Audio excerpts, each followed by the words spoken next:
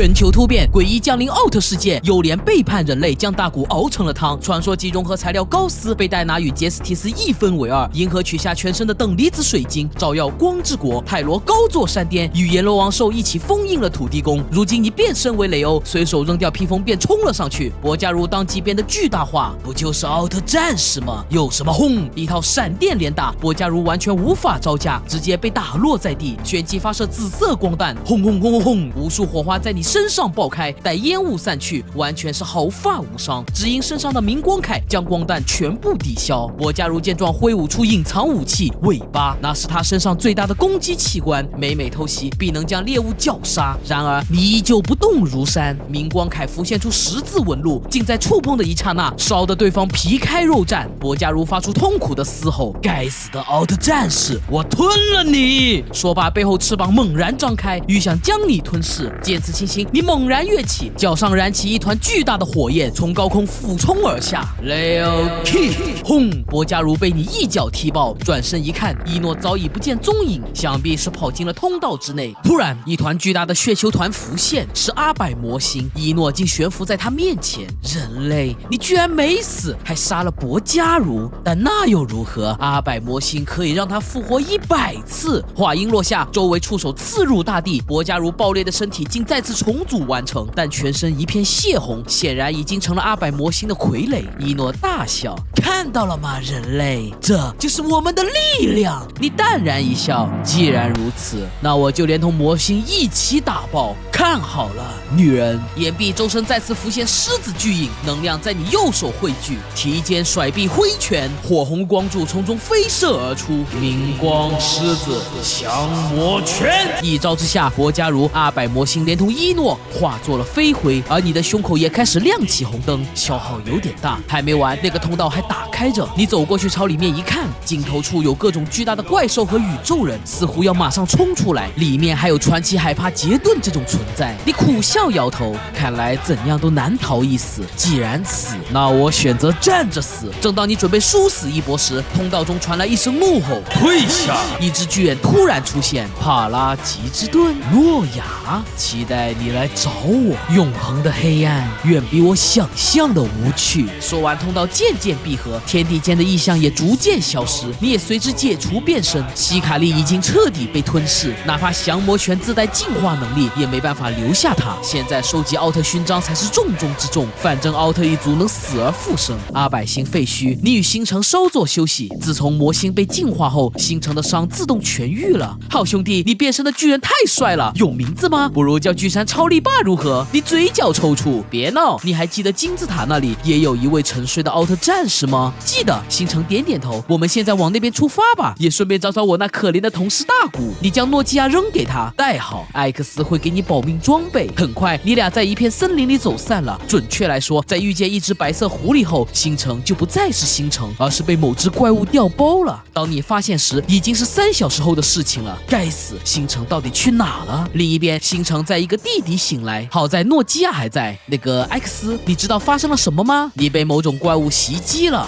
难怪。星城观察了下四周，发现前方有2个巨大的石像，一个是巨人，另一个是怪兽。没等他多想，一只小狗窜了出来。星城如临大敌，别慌，我扫描过了，它不过是一只普通的小狗。星城松了口气，还好，我以为是话戛然而止，只因一只巨大的九尾狐出现在地下广场，他没理会星城，径直冲2个石像而去。关键时刻，小狗化作一道光进入到一尊石像中，复苏了它，一手抓住了九尾狐的爪子。此时此刻，星城都惊呆了。艾克斯，你不是说扫描出来是一只普通的小狗吗？怎么变怪兽了？艾克斯语塞，耳机宝宝只感觉好丢脸。战场上，盖迪不是九尾狐的对手，被打得节节败退。星城急了，那狐狸精是想破坏石像，不能让他得逞。说罢，高举诺基亚抛向盖迪。X 启动虚拟博加如蒙斯装甲，巨大的 X 光芒炸开，一套机械装甲降临在盖迪身上，与之前不一样，上面多了许多尖刺一样的装甲，有了 buff 加持，盖迪猛地一劈，紫色光束从嘴里喷涌而出，一下就把九尾给炸飞。没等他反应，盖迪上前掐住喉咙，掰开他的大嘴，一发光线从天灵盖贯穿至局部，九尾狐被打散成几团鬼火，狼狈而逃。战斗结束，盖迪也化作原来的小狗，只是脑袋上多了一颗蓝色的水晶。星辰刚想上前，就听到后方一个声音传来，原来这就是让石像复活的装置吗？哦，你是胜利队的，不是防卫队全嘎光了吗？星辰警觉起来，你认识我？正木静吾大笑，当然，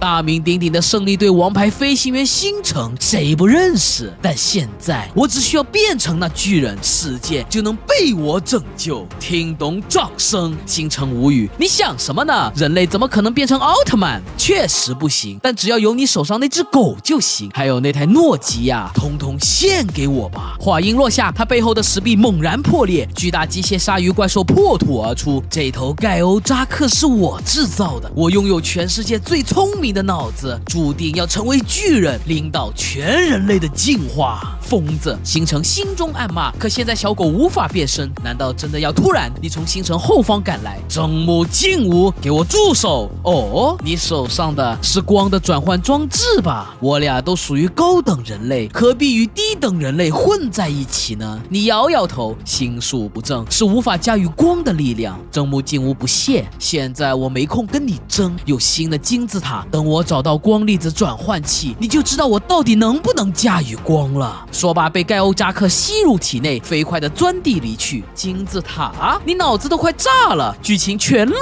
套了呀！正木静吾怎么会赶在大古变成迪迦前找到金字塔呢？星辰抱着狗狗走上前，快！我的 PDI 发现前方有飞燕1号的信号，一定是大古在那。两人一狗朝前走了不远，居然见到了一个村子，而飞燕1号就停在村口。待走近一看，大古不在里面，而且周围都透露着诡异。星辰打开里面的录音一听，有大古留下的一段话：这里情况很不对劲，如果有胜利队听到这段录音，请立即想办法向总部呼叫救援，他们来了。录音到此结束。就在这时，一老头提着灯笼走来，你们也是受到召唤而来的人吧？是的，老人家。于是乎，你与星辰来到村内，从村长的口里得知，这里是临时建立的，为了方便神的供奉，而且有几条规矩必须守好，不能照顾黄花，如果出现红花就必须烧掉。听到婴儿的啼哭，不管在做什么，马上跑来村中央找我。说完便带你们去见神使。没多久，当你走进门内，看到那满头白发的身影时，惊了。幽莲，幽莲双手合拢于胸前，是我的后代呀！得益于神的力量，我才能再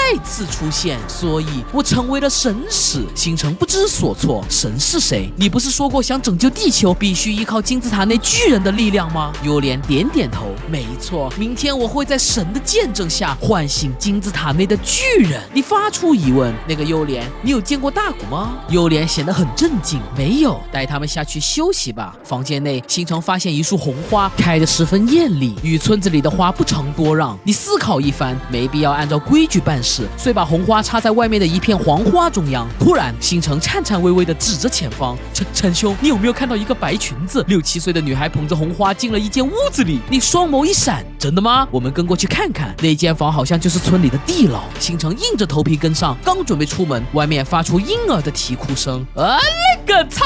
星辰吓麻了，鬼啊！